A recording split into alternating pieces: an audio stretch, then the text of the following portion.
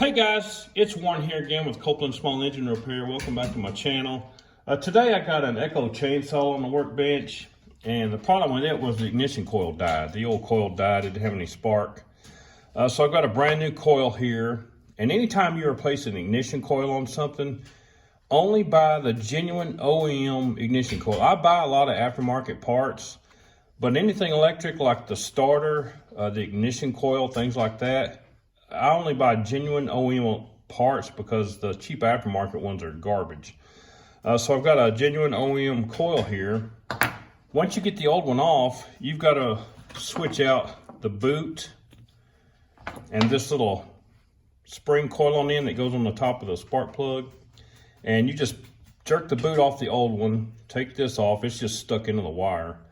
And then before you put the new coil on, before you put the boot on, you want to kind of just hold the coil up there and kind of figure out, which direction this thing needs to be. You don't want it, you want the coiled wire to be as relaxed as possible. So I did that, and the way I put these on, it's just got a sharp point on the end of this wire. You just stick it in there as far as you can with your fingers, and then I take a pair of pliers, clamp down on it, and press it the rest of the way into the wire. And you want it in the center of the wire. And once you get this on, you've got to get the old boot on. And sometimes they're easy to get on, sometimes they're a pain, but I'm going to show you how I put these boots over that. Let me put my glove on. You need a heat gun. Whenever time you're trying to do something like this, if you get this boot hot with a heat gun, it works a lot better. So I'm going to put this on here. And I'm going to use a heat gun. It's just a cheap heat gun.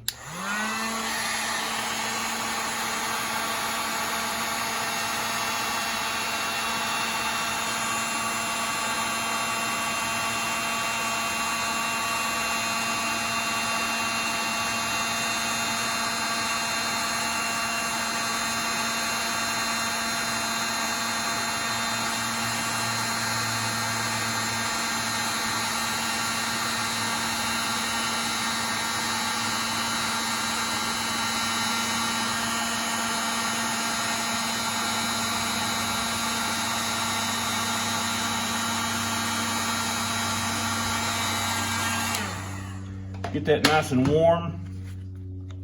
I'm gonna spray a little bit of lube in there and a little bit on when I push it in there. Now you're gonna take this thing, you wanna kind of line it up how it's gonna go, and just gonna force it in there. Kind of a pain to get it started. Once you get it started, make sure your boot's kind of turned how it's gonna go, and just force it in there. And there she goes, she's perfectly lined up. And it's all ready to put back on the saw. It just makes it a lot easier if you get this boot hot. Anyway, that's all I got for you today. I'm gonna get this saw put back together. Thanks for watching, I'll catch y'all later.